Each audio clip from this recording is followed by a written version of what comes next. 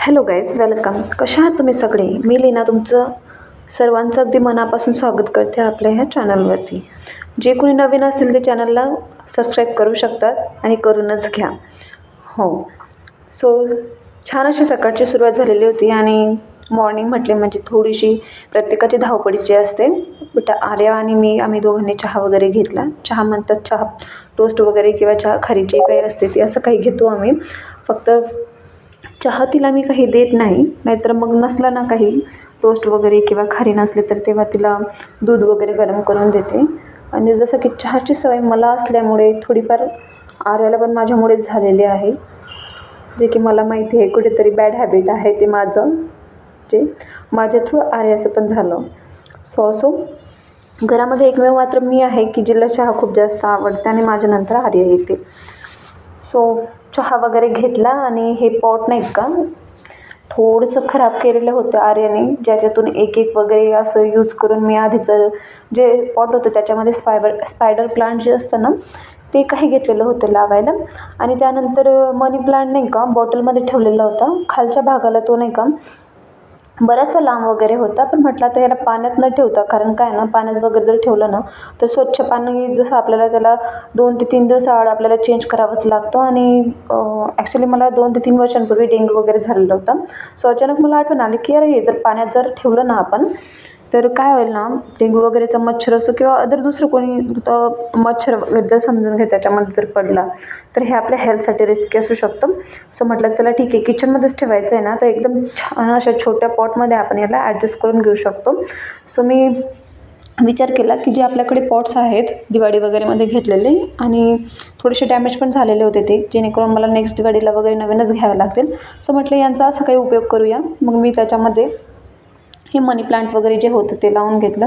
त्यानंतर कपडे वगैरे धुवायला घेतले. कपडे वगैरे धुवून झाले आणि स्वयंपाकाची तयारी वगैरे करायची होती. आता स्वयंपाकामध्ये तुम्ही नाही का, आता आमच्या जळगावकडे ज्या आहेत किंवा माझ्या फॅमिलीमध्ये कुरडईची भाजी वगैरे जी आहे ती खूप जास्त प्रमाणात आवडते मला, तरी पर्सनली खूप जास्त आवडते. सो आज त्या भाजीचीच रेसिपी मी तुमच्यासोबत शेअर पण करत आहे.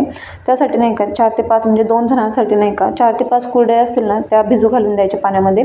आता जोपर्यंत कुरडे वगैरे भिजत आहे ना तोपर्यंत तुम्ही 2 मोठे मीडियम साईजचे कांदे वगैरे ते कट करून घ्यायचे, छान असे बारीक कट करायचा कांदा, जेणेकरून तो फ्राय व्हायला लवकर होईल आणि कुरड्यांमध्ये जास्त मोठा कांदा पण चांगला नाही वाटत.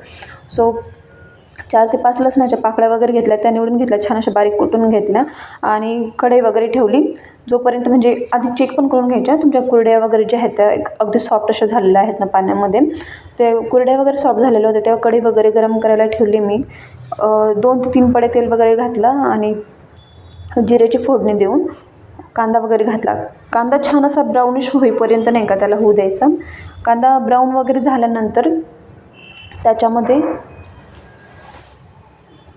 कांदा छान असं ब्राऊनच झाला ना की त्यामध्ये नाही का मसाले वगैरे म्हणजे आपण लसूण वगैरे कुटलेलं असतो ना तर त्याच्यामध्ये मी नाही का इथं डायरेक्ट मिक्स वगैरे करून घेतलं होतं. थोडीशी धना पावडर, लाल तिखट, हळद वगैरे हे जे काही आहे ना आणि थोडा हिंग वगैरे मी डेली म्हणजे कुठलंही फूड असतो तर त्याच्यामध्ये टाकतच असते. सो त्यामुळे हिंग पण ॲड वगैरे करून घेतला आणि सर्व काही असं थोडंसं तेलामध्ये भाजू दिलं आणि नंतर जी आपली भिजू घातलेली कुरडई वगैरे होते ना ती घालून घेतली. मीठ चवीपुरतं, ते इथं आठवण ठेवायची मीठ नाही का चवीपुरतं, म्हणजे अगदी आपण कुरडया जेव्हा बनवतो ना ओलं चीक वगैरे जेव्हा असतो ना कुरडयांचा त्या टायमाला आपण मीठ हे घातलेलंच असतं. सो मीठ आपलं अगदी चवीपुरतं आणि टेस्ट करूनच टाकून घ्यायचं वगैरे. सो छान अशी माझी नाही का भाजी वगैरे बनवून झालेली होती आणि त्यामध्येच नाही का मला चपात्या वगैरे जे बनवायच्या होत्या त्याच्यासाठी पीठ वगैरे मळून घ्यायचं होतं आणि ते पण मळायची सुरुवात वगैरे करायचीच होती, मला करूनच घेतलेली होती.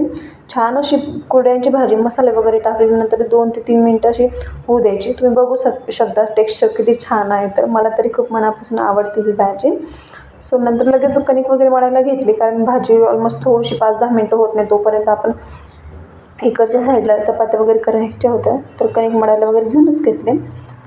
आता कणिक मळताना थोडं परत धुते, म्हणजे भांडं कुठलं का असतं ना मला धुवायची सवय आहे. सो परत ओली होते आणि ओली परत जर का असली ना तर मग तिला पीठ वगैरे चिपकून जातं आणि ते कडक झाल्यानंतर निघत नाही. सो सर्वात आधी परातीत तेल वगैरे घालते, थोडंसं मीठ टाकते, जे की अळणी पदार्थ करत नाही त्यामुळे पोळी म्हणजे कणिकमध्ये थोडंसं मीठ अगदी लाईटली घालते. ते वगैरे टाकल्यानंतर छान अशी कणिक मळून घेतली. कणिक वगैरे मळून घेतली, 5 ते 10 मिनटं तिला ठेवली आणि तोपर्यंत किचन छान असं थोडंसं क्लीन करून घेतलं. कारण स्वयंपाक करत असताना नाही का सारखं काही ना काही थोडंफार इतकं तितकी घाण होतच असते आणि कंटिन्यू थोड्या वेळाने जर क्लीन करत असलं ना तर किचन तेवढं बरं पण दिसतं दिसायला. आणि ते सर्व काही झाल्यानंतर चपात्या वगैरे करून घेतल्या.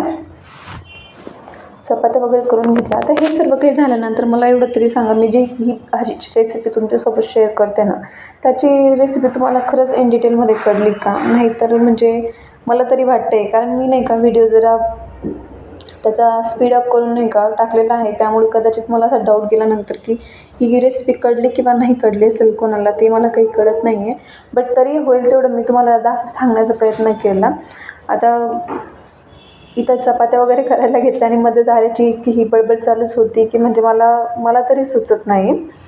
आणि चपात्या करत असताना एक काळजी मात्र घ्यावी लागते. आता ही लावलेली जी किचनमधली झाडे आहेत ना, त्यांना जेव्हा आपण स्वयंपाक वगैरे करत असतो तर जे भाजीचं वाफ वगैरे असेल किंवा चपात्या वगैरे बनवतो त्याचा जो धूर असतो ना, त्यांपासून प्रोटेक्ट करावा लागतो. का तर कारण काय ना, ते चिकट होऊन जातात.